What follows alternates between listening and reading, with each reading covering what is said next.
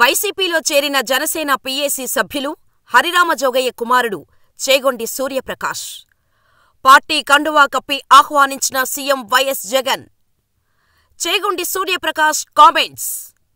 పవన్ కళ్యాణ్ని నమ్మి గతంలో జనసేనలో చేరాను. పవన్ బడుగు బలహీన వర్గాలకు దగ్గరగా ఉంటారనుకున్నా.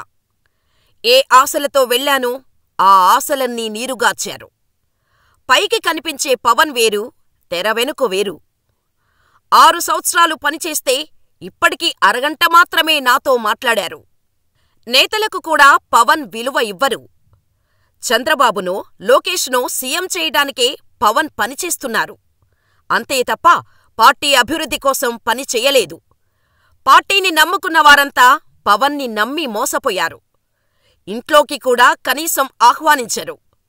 సినిమా హాల్లో టికెట్ కొనుక్కున్నట్టు ఇంటి బయట నిలబడాలి. పీఏసీ సభ్యులుగా ఉన్నా కూడా స్వేచ్ఛగా మాట్లాడే అవకాశం ఇవ్వలేదు. నాదెండ్ల మనోహర్ చెప్పే మాటలు తప్ప ఎవరి మాటలూ వినరు.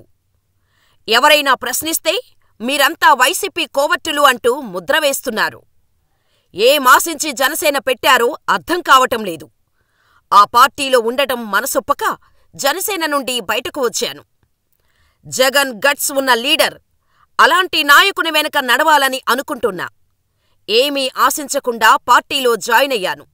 సలహాలు, సూచనలు ఇవ్వొద్దనే నాయకుణ్ణి పవన్నే చూశా. ఇలాంటి వ్యక్తి పార్టీని నడిపే కంటే క్లోజ్ చేసి ఇంట్లో కూర్చుంటే మంచిది. అవసరం ఉన్నంతసేపు హరిరామజోగయ్యని వాడుకున్నారు.